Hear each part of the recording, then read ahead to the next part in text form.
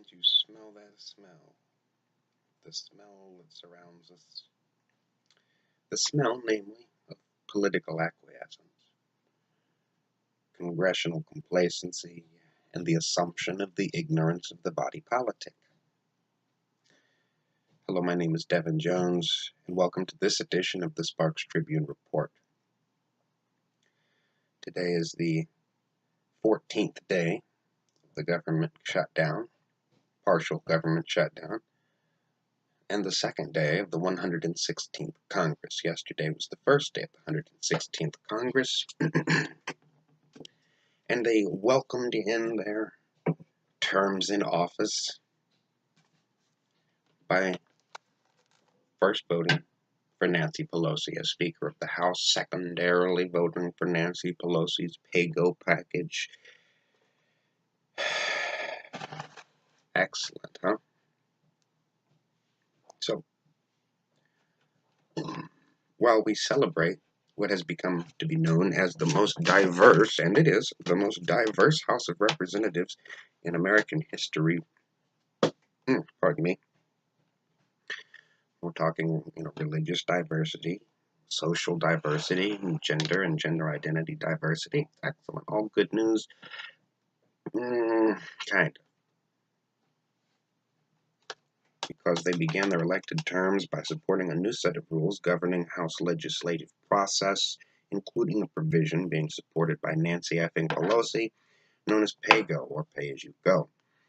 I should actually take a moment to explain PAYGO because I did a live video on the People of the 99% Facebook page, and a couple of people obviously did not understand PAYGO, and when it was explained, did not realize, oh, I don't see anything wrong with that. What's wrong with that? It sounds good by your description.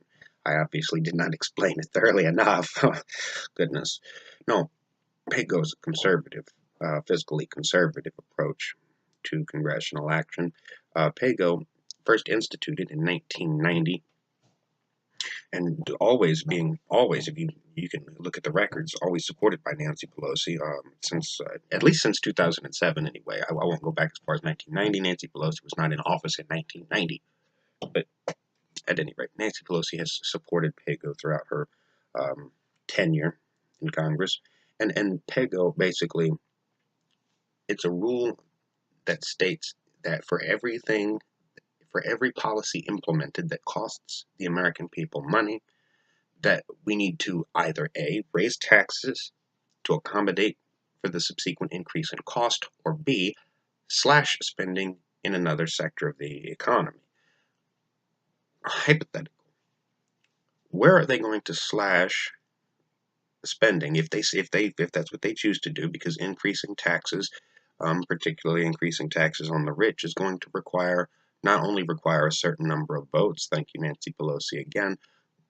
But it's going to be poised especially by the Republican-governed Senate, that the Democrats want to raise taxes again. Here they are wanting to raise your taxes. They want to charge you more money. They're not going to say on whom. They're not going to say that they want to charge this tax bracket more. They just say raise taxes, costing the American people more out of their wallets to pay for such and such a frivolous expenditure.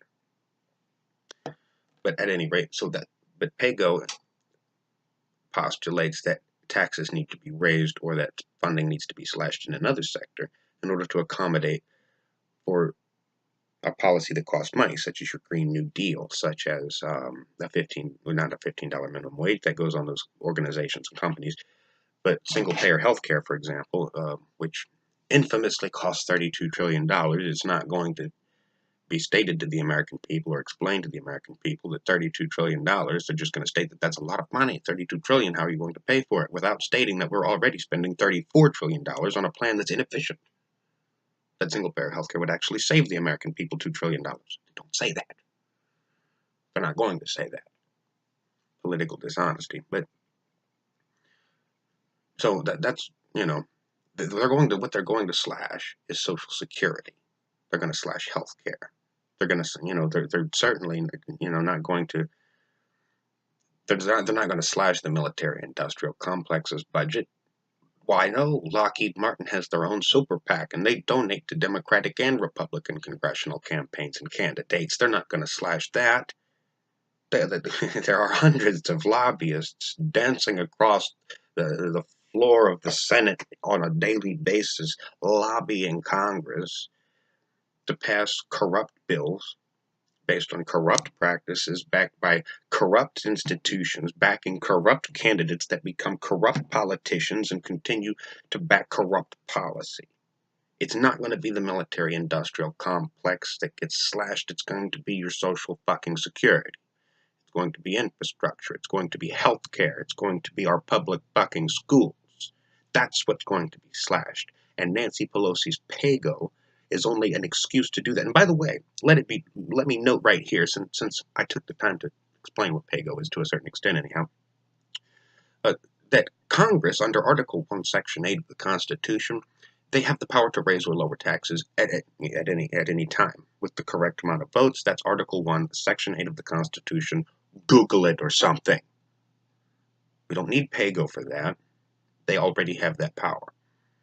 So for them to tie taxation to government spending in that moment in time is a way to cripple, to handicap, to hamstring, clothesline, whatever you want to call it, the progressive agenda, anything that costs money. Some reports are insinuating that we have yet but 12 years before carbon emissions reach the point of no return. We need a Green New Deal. The economy needs a Green New Deal, Earth aside. The economy needs a Green New Deal. We're at an expansive point in the capitalist bubble, the boom and bust system that capitalism creates. We're in a boom, and it's about to implode.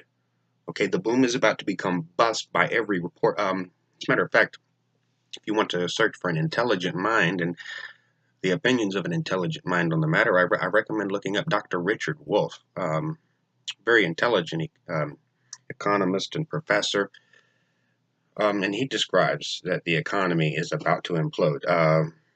And Chris Hedges is predicting the implosion of society and the economy writ large. At any rate, so that is that.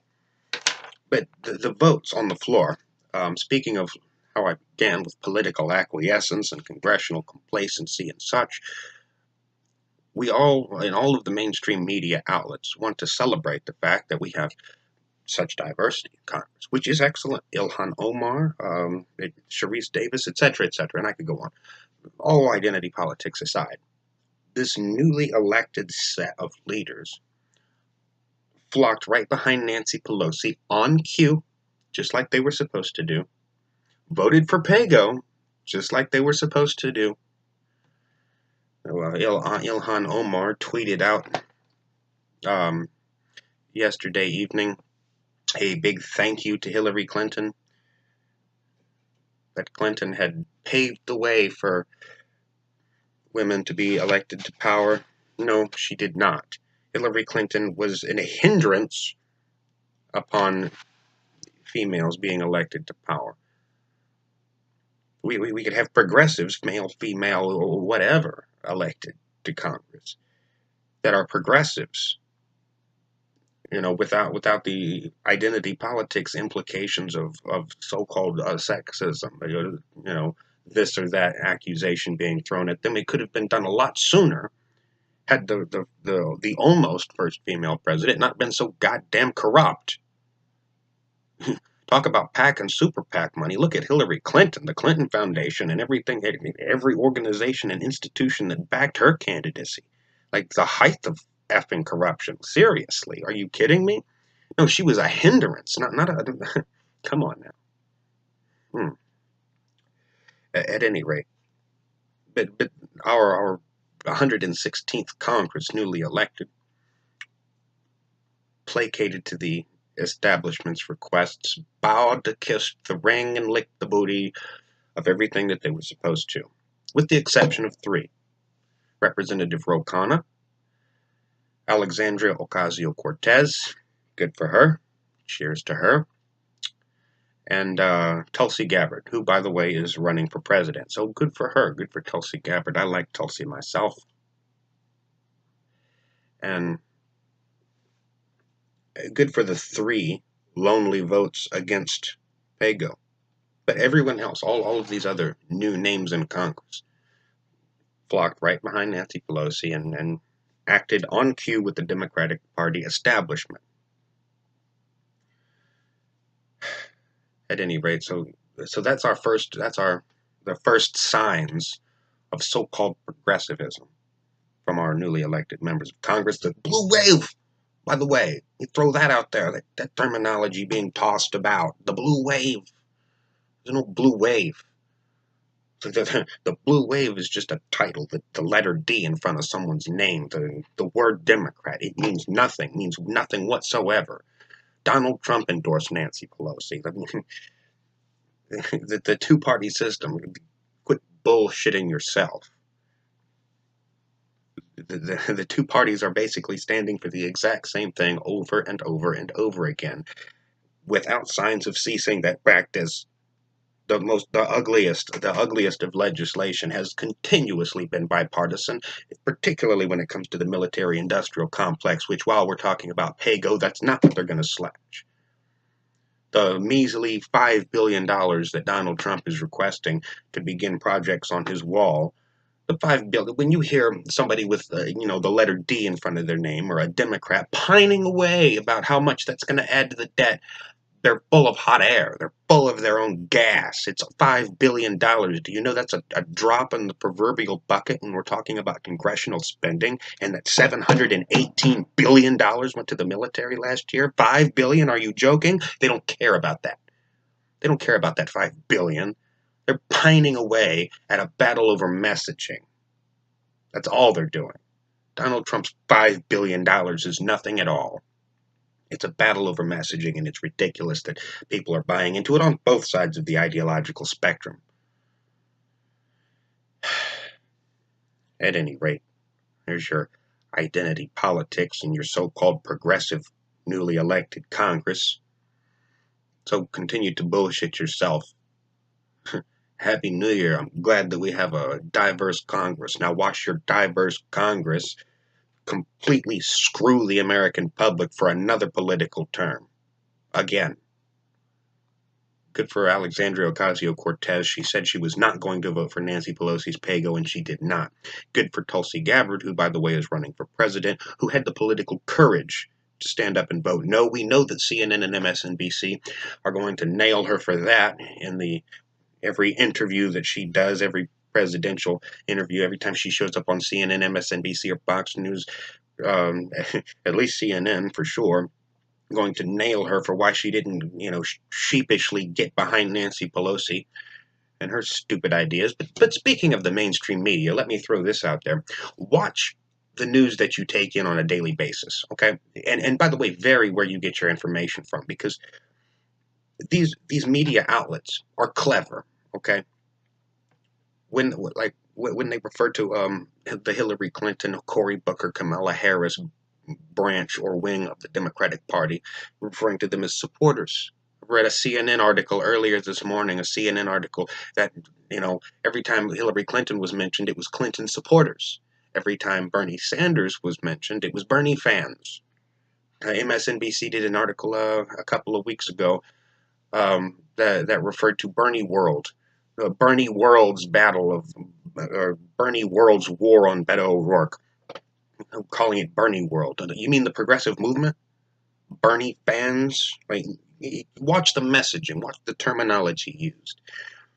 They do this frequently. Watch the wording, the nuance, the political terminology speaks volumes for itself if you can manage to exercise that gray muscle in between your earlobes, your vacuous skull cavities, and criticizing the media that you take in on a daily basis, because these are deceitful wolves that intentionally plant ideas into your head. And I'm not saying stop reading it. That's another thing I hear is that, that reading the news itself is bad. No, it's not. No, read more of it and and diversify where you get it from and criticize everywhere you get it from. Everything you read. If I write it, criticize it. Fact check what you read. Don't just believe it because it's in print. Anybody can write something, print and publish it. I can write an op-ed in the New York Times right now. They probably wouldn't like it very much, but I can write an op-ed in the New York Times right now. Anybody can write an op-ed in the New York Times and submit it and have it printed. Who writes it?